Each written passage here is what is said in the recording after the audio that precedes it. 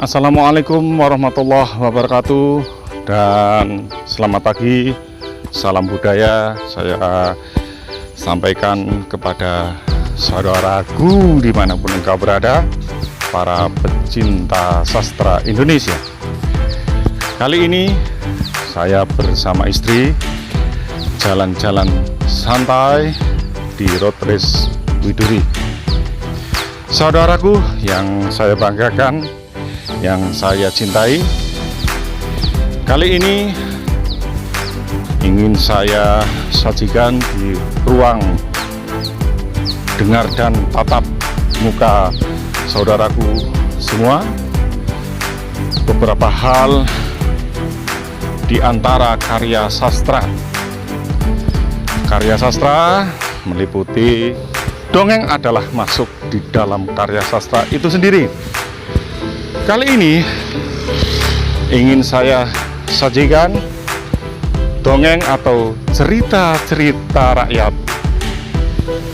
Monggo, cerita yang kami sajikan.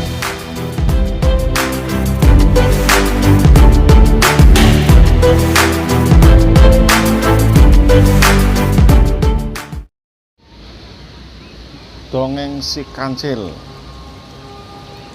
Adik-adikku yang saya cintai, yang saya banggakan. Di suatu hari Pak Tani ke kebun. Betapa terkejutnya Pak Tani. Buah-buahan hasil kebunnya pasti mosak-masik. Apa sebenarnya ini yang membuatnya seperti ini? Kemudian sekelebat bayangan,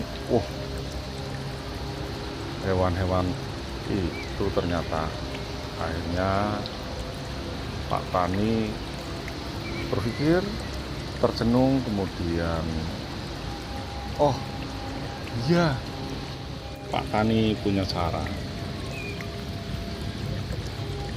Di kebun ia pasang orang-orangan, atau ya orang-orangan yang bentuknya orang, kemudian pakai daun-daunan yang tidak lain. Tujuan daripada Bapak Petani untuk menakut-nakuti supaya hewan ternak lain menyangka bahwa ini ada orangnya. Tapi dasar si Kancil, adik-adikku, si Kancil itu memang licik. Ketika melihat orang-orangan yang dipasang Pak Tani, bukannya ia takut, malah didekati, malah dijungkir balikan orang-orangan itu. Lalu bagaimana akhirnya Pak Tani itu? Pak Tani datang ke situ, dasar kewan marah, jengkel. Ternyata tetap sama, hasil tanaman yang di kebun dirusak. Berulang kali melakukan cara ini gagal. Akhirnya Pak Tani terbersit, iya, saya punya cara ini.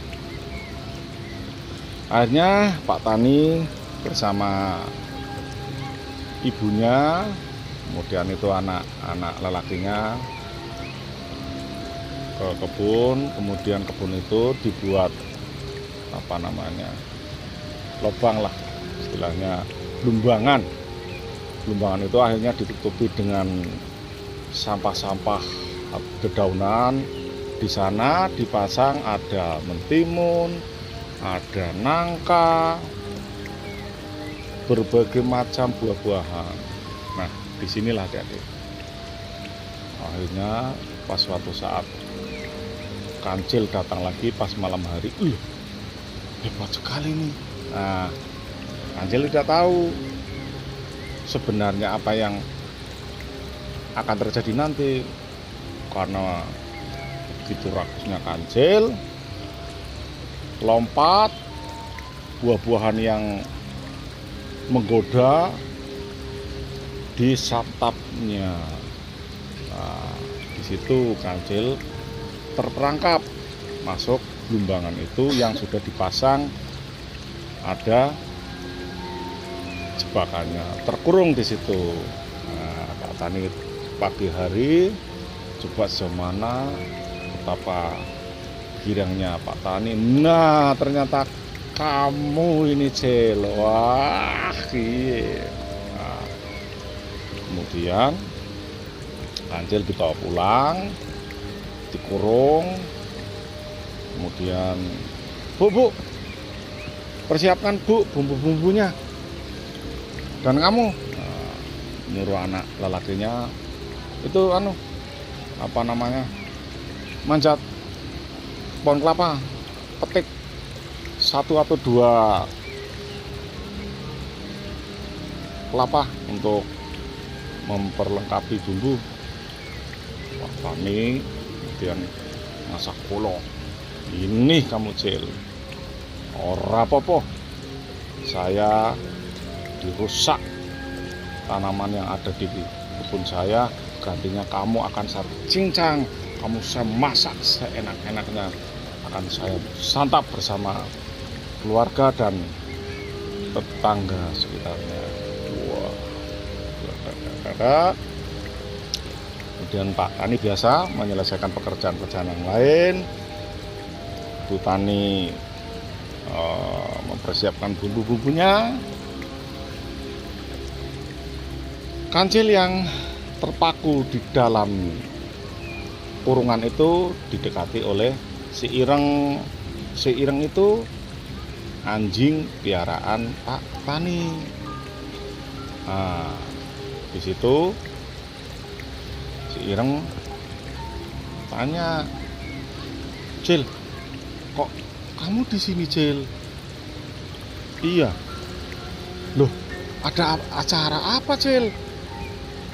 Kancil, kamu itu bodoh, kamu nggak tahu ya, saya itu sekarang jadi anak kesayangan Pak Tani. Loh kok gitu Cil? Lah itu nyatanya ini saya, tetapi kamu dalam kandang. Ini tuh kenapa di kandang supaya kamu tidak ikut makan di sini.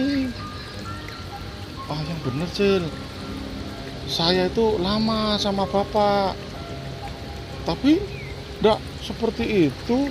Lah itulah bodohnya kamu. Dan Pak Tani, bapak kamu itu enggak sayangnya sama aku. Kancil terus memanas-manasi si Ireng. Kamu tahu enggak? Kancil melanjutkan omongannya. Saya itu, ini kan istilah orang Jawa itu, saya sedang dipingit karena saya akan dinikahkan. Yang bener Cil. Si Ireng panas minta ampun. Kenapa selama ini pokoknya menjadi si Ireng panas. Kenapa kanugrahannya begitu hebat untuk si Kancil, tidak untuk saya. Kancil terus menerus ngompor-ngompori atau ya istilahnya pamerlah, manas-manasi. Nah, Ireng anjing piaraan Pak Tani itu dengan lesu ya mandang Kancil dan ya terserahlah Cil, memang kamu nasibnya baik dari aku. Kamu jangan gitu, nasib baik itu tergantung kita loh. Nah, tergantung bagaimana, wang saya sudah 3 tahun loh Cil sama bapak, tapi begini. Kamu sebenarnya gimana, ingin enggak kemudian merasa tergelitik. Ya tentu mau, Cil. Oh mau. Ah, yang benar. Sungguh-sungguh mau, Cil. Saya mau, Cil. Syaratnya apa coba supaya saya bisa seperti kamu, Cil? Nah, saya kok takutnya nggak berhasil karena kamu ireng, makannya banyak, kerjaannya seperti itu. Cil, kamu jangan gitu sih, Cil. Ireng merajuk. Sebenarnya saya nggak enak hati atau aduh gimana ya. Cuman Cil, tolong Cil. Udah gini aja, Cil. Saya yang di situ. Ah, jangan. Enggak, saya, Cil. Aduh, nanti saya kena marah Pak Tan. Enggak, Cil, enggak apa-apa, Cil. Nanti gini, Cil. Ketika kamu sudah keluar, Pak Tani kan akhirnya kasihan sama saya. Oh iya ya, jadi kelingan, Cil. Ah, tepat kamu. Wah, dasar ireng, bodoh. Akhirnya deal-dealan Kancil, kemudian Kancil akhirnya di itu kurungannya disungkal oleh si Ireng, anjingnya Pak Tani. Pak Ireng yang masuk, Kancil bebas melenggang. Selamat tinggal kawanku. Dengan senyum sengir si Kancil akhirnya pergi. Lah kemudian bagaimana Pak Tani? Lah di sini Pak Tani, goloknya yang sudah diasah, kemudian bumbu sudah dipersiapkan, pokoknya sudah sempurna persiapannya, datang. Apa yang terjadi? Loh, kok kamu yang di situ, Ireng? Kancilnya mana? Kenapa kamu di situ? Iya Pak, katanya saya Kancil mau dinikahkan, kemudian Kancil, saya memohon sama Kancil supaya Bapak, saya kan sudah lama sama Bapak. Oh, dasar kamu itu anjing, nggak tahu. Kemudian ditendang kurungannya, kemudian ya sirnalah harapan Pak Tani untuk masak sang Kancil. Si anjingnya dimarah-marahi. Nah, kemudian kita mengikuti perjalanan si Kancil. Kancil kemudian masuk hutan lagi. Lah di sana ada suara kerbau menangis. Loh, apa ya? Di mana ya? Nah, kemudian mendatangi suara yang sayup-sayup didengar oleh si Kancil.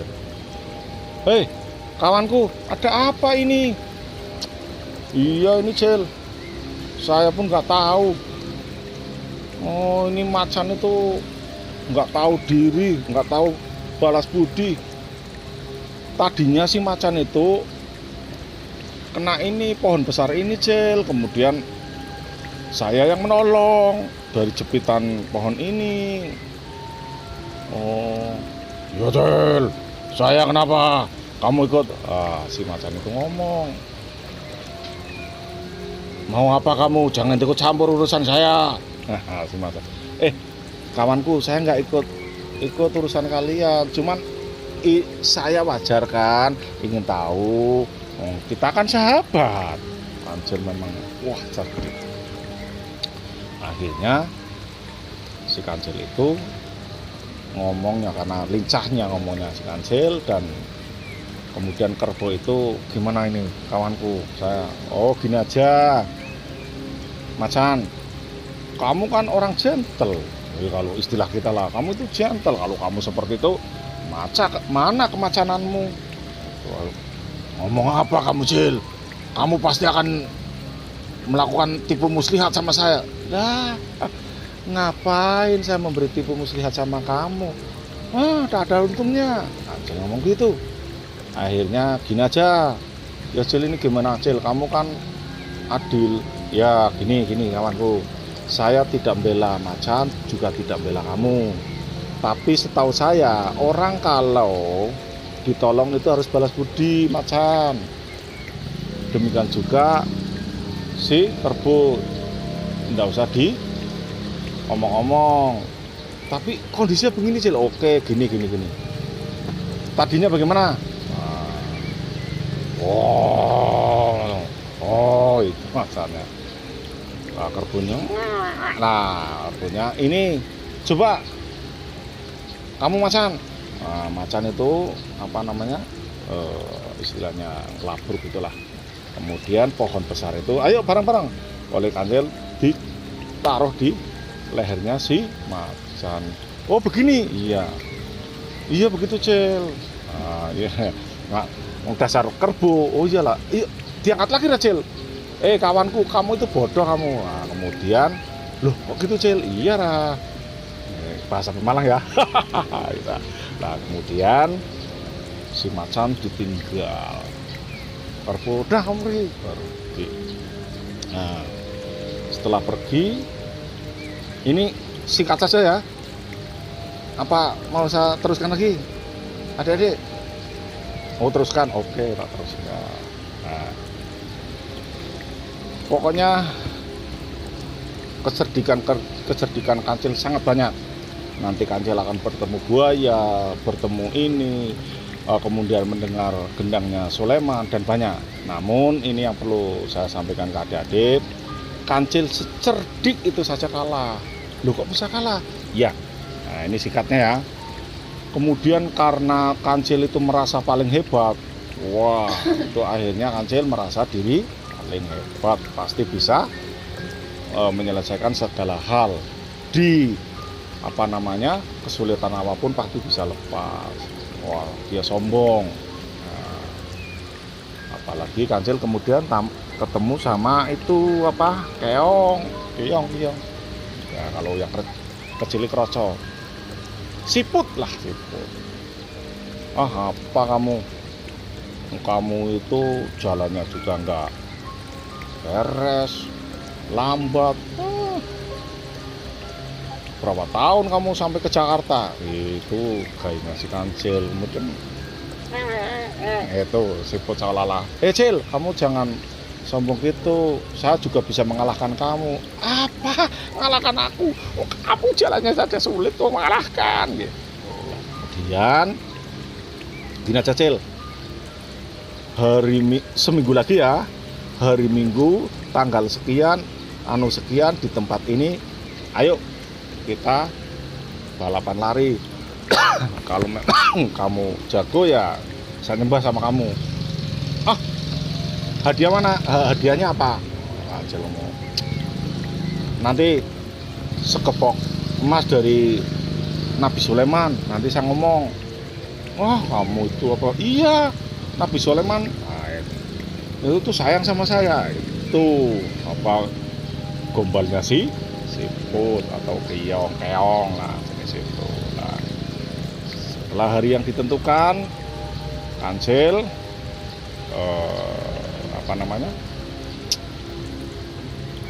hadir di tempat itu. Namun sebelum itu memang keong atau siput itu ngomong sama teman-temannya, menceritakan bla bla bla bla bla. Nah, akhirnya tahu keongnya, pokoknya kalau kamu di mana jawab ya, lo itu ditata sampai ya taruhlah ini kan Widuri sampai sana Pagaran, semua di pinggir sawah itu. Wah, mulai ayo oke 3, 2, 1 lari. Ketika lari kan karena Kancil merasa pasti di belakang saya. Put atau Yong, kamu di mana? Aku di sini. Wah, kok di depan saya? Datang lari. Put atau Yong, kamu di mana? Di sini. Loh, kok lah sampai ke Pagaran. Di Pagaran ngomong sama siput, loh kamu kok sudah sampai dulu? Itulah Cil, yang menang siapa? Ayo. Iya ya, kok saya kalah. Nah itulah adik-adik, kepintaran apapun, kecerdikan apapun, kita tidak boleh sombong.